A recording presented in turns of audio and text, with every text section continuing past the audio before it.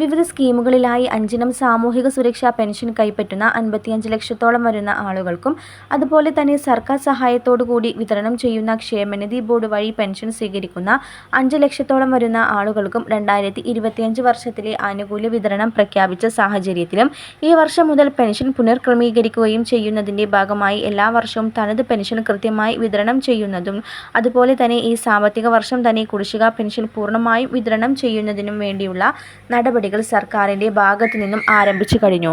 ഏറ്റവും വലിയ സഹായമായിട്ടുള്ള 65 ലക്ഷം പേർക്ക് ലഭിക്കുന്ന സാമൂഹിക സുരക്ഷാ പെൻഷൻ ഫെബ്രുവരി മാസത്തെ ആനുകൂല്യ വിതരണവുമായി ബന്ധപ്പെട്ട അറിയിപ്പ് എത്തിക്കഴിഞ്ഞു. സർക്കാർ ഇനി വിതരണം പ്രഖ്യാപിച്ചിട്ടുള്ളത് 3 ഗഡു പെൻഷൻ കുടിശ്ശികയാണ്, 4800 രൂപ വീതം. അതുമായി ബന്ധപ്പെട്ട അറിയിപ്പ് സർക്കാർ നൽകിക്കഴിഞ്ഞു. പുതിയ സാമ്പത്തിക വർഷം മുതൽ അതിൻ്റെ വിതരണം ആരംഭിക്കും. 2025-26 സാമ്പത്തിക വർഷത്തിൽ ഈ തുക പൂർണ്ണമായും വിതരണം ചെയ്യും. ഏപ്രിൽ മാസം മുതൽ ആനുകൂല്യം ബാങ്ക് അക്കൗണ്ടുകളിലേക്ക് ലഭിക്കുന്നതായിരിക്കും. അതുമാത്രമല്ല, ഫെബ്രുവരി മാസം ലഭിക്കുന്ന തനത് മാസത്തെ തുകയായ 1600 രൂപയുടെ സഹായമായിരിക്കും.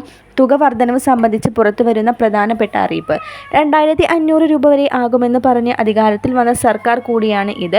അതുകൊണ്ട് തന്നെ ജനങ്ങൾക്ക് നൽകിയ വാഗ്ദാനം പരമാവധി സാമ്പത്തിക പ്രതിസന്ധി ഉണ്ടെങ്കിലും നിറവേറ്റുമെന്ന് സർക്കാർ ഉറപ്പ് നൽകിയിട്ടുണ്ട്. അതുകൊണ്ട് തന്നെ ഇപ്രാവശ്യം പെൻഷൻ വർധനവ് കൂടി ഉണ്ടായേക്കുമെന്നുള്ള സൂചനകൾ കൂടി വരുന്നു. ഫെബ്രുവരി മാസത്തിലുള്ള ഈ ആഴ്ച നടക്കുന്ന സംസ്ഥാന ബജറ്റിൽ ഇത് സംബന്ധിച്ച നിർണായക പ്രഖ്യാപനങ്ങളെല്ലാം തന്നെ ഉണ്ടാകും. 62 ലക്ഷം പേർക്കും സാമ്പത്തിക സഹായത്തിൽ വർധനവ് ഉണ്ടാകുമെന്ന് തന്നെയാണ് വിലയിരുത്തൽ. ഇത് മാത്രമല്ല, പെൻഷൻ ആനുകൂല്യങ്ങൾ ലഭിക്കുന്നവർ വരുമാന സർട്ടിഫിക്കറ്റ്, വാർഷിക വരുമാനം 1 ലക്ഷം രൂപയോ അതിന് മുകളിലോ ആണെങ്കിൽ അവർക്ക് പെൻഷൻ ലഭിക്കാൻ അർഹതയില്ല. നിങ്ങൾ നിങ്ങളുടെ വരുമാന സർട്ടിഫിക്കറ്റ് സമർപ്പിക്കണം. തുടർന്ന് നമുക്ക് പെൻഷൻ ലഭിക്കാൻ ഇപ്പോൾ പെൻഷൻ ലഭിക്കുന്നവർ എല്ലാവരും തന്നെ വരുമാന സർട്ടിഫിക്കറ്റ് സമർപ്പിക്കേണ്ടതുണ്ട്. അടുത്ത സാമ്പത്തിക വർഷം മുതൽ ഏപ്രിൽ മാസത്തിന് ശേഷമായിരിക്കും വരുമാന സർട്ടിഫിക്കറ്റ് ഹാജരാക്കാനുള്ള നിർദ്ദേശങ്ങൾ നമുക്ക് ലഭിക്കുക. അറിയിപ്പുകൾ ലഭിക്കും മുറയ്ക്ക് രേഖകൾ സമർപ്പിക്കുക. പെൻഷൻ ലഭിക്കുന്ന സ്ത്രീകൾ ശ്രദ്ധിക്കുക. നിങ്ങൾ നോൺ റീമാരേജ് സർട്ടിഫിക്കറ്റ് സർക്കാരിന് ഹാജരാക്കണം. 60 വയസ്സിന് മുകളിൽ പ്രായമുള്ളവർക്ക് ഇത് ബാധകമല്ല. വിധവ പെൻഷൻ വാങ്ങുന്നവർ, അവിവാഹിത പെൻഷൻ വാങ്ങുന്നവർ എല്ലാവരും തന്നെ പുനർവിവാഹിതരല്ല എന്ന് തെളിയിക്കുന്ന സർട്ടിഫിക്കറ്റ് സർക്കാരിന് സമർപ്പിക്കണം. നിങ്ങളുടെ അടുത്തുള്ള അക്ഷയ കേന്ദ്രങ്ങൾ വഴിയോ ഓൺലൈൻ സർവീസ് സെൻറ്റർ വഴിയോ ഇത് അപേക്ഷിക്കാം. നിങ്ങളുടെ ആധാർ കാർഡ്, റേഷൻ കാർഡ്, ഭർത്താവിൻ്റെ മരണ സർട്ടിഫിക്കറ്റ്, നിങ്ങൾ പുനർവിവാഹിതരല്ല എന്ന് തെളിയിക്കുന്ന വാർഡ് മെമ്പറുടെ സാക്ഷ്യപത്രം എന്നിവയുമായി നിങ്ങളുടെ അടുത്തുള്ള പഞ്ചായത്തിലോ മുനിസിപ്പാലിറ്റിയിലോ ചെന്ന് അപേക്ഷ നൽകാം. ഒരാഴ്ചക്കുള്ളിൽ തന്നെ ഇത് റെഡിയായി കിട്ടുകയും അതിനുശേഷം അതിൻ്റെ സർട്ടിഫിക്കറ്റിൻ്റെ പകർപ്പും നിങ്ങളുടെ ആധാർ കാർഡിൻ്റെ പകർപ്പുമായി നിങ്ങളുടെ അടുത്തുള്ള മുനിസിപ്പാലിറ്റിയിലോ അല്ലെങ്കിൽ പഞ്ചായത്തിലോ സമർപ്പിക്കണം. അപേക്ഷ വെക്കേണ്ടത് ഓൺലൈൻ സർവീസ് സെൻറ്ററുകൾ മുഖേനയാണ്.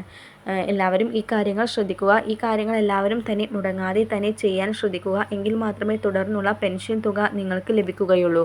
അതുപോലെ തന്നെ കിസാൻ സമ്മാൻ നിധിയുമായി ബന്ധപ്പെട്ട പ്രധാനപ്പെട്ട ഒരു അറിയിപ്പാണ് പറയാൻ പോകുന്നത്. കേന്ദ്ര സഹായം 2000 രൂപ അക്കൗണ്ടുകളിൽ പ്രഖ്യാപിച്ചിട്ടുണ്ട്. അർഹതപ്പെട്ട ആളുകൾക്ക് ആധാർ അധിഷ്ഠിത ബാങ്ക് അക്കൗണ്ടിലേക്കാണ് തുക എത്തിച്ചേരുക.